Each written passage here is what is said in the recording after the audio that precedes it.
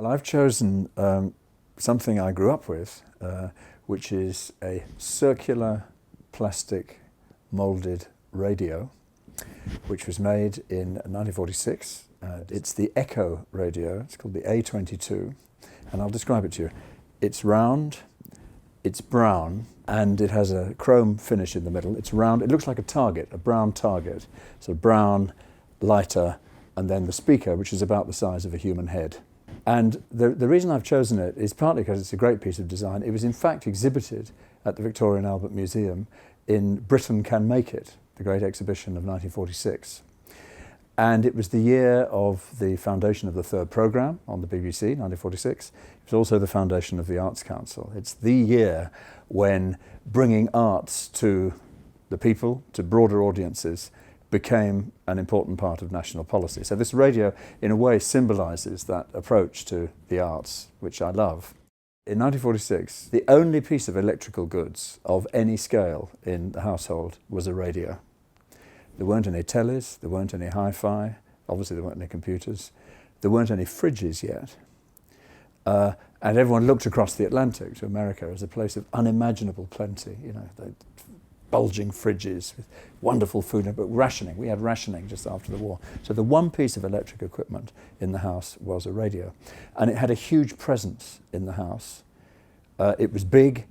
It sort of dominated the room that it was in the way that a television does today.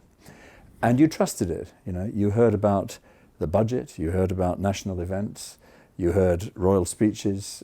I'm too young, but you heard declarations of war in 1939, and you sat listening to the radio as the form of domestic entertainment. It was the home entertainment medium at the moment. So, when radios began commercially in the 1920s, to start with, they all looked like the environment that surrounded them. So you had Queen Anne radios, Georgian radios, Victorian radios to fit with the interior decoration that surrounded them.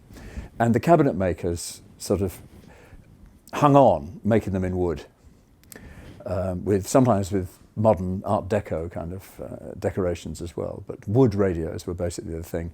And it took a bit of time to find an idiom that visually fitted this modern medium. And suddenly there was a medium that fitted this particular piece of electrical equipment. Plastic, shiny, rounded, you could have all these wonderful sort of smooth shapes and everything. And suddenly modernity, radios, plastic. And I'm afraid the days of the wooden radio were numbered, and the days of the Queen Anne radio and the Georgian radio went, and suddenly it looked, we didn't realise at the time it was just a style, but it looked as modern as the thing itself. Modern medium, modern look. So plastic was absolutely the thing, and I always associate shiny plastic with that big brown round radio of 1946.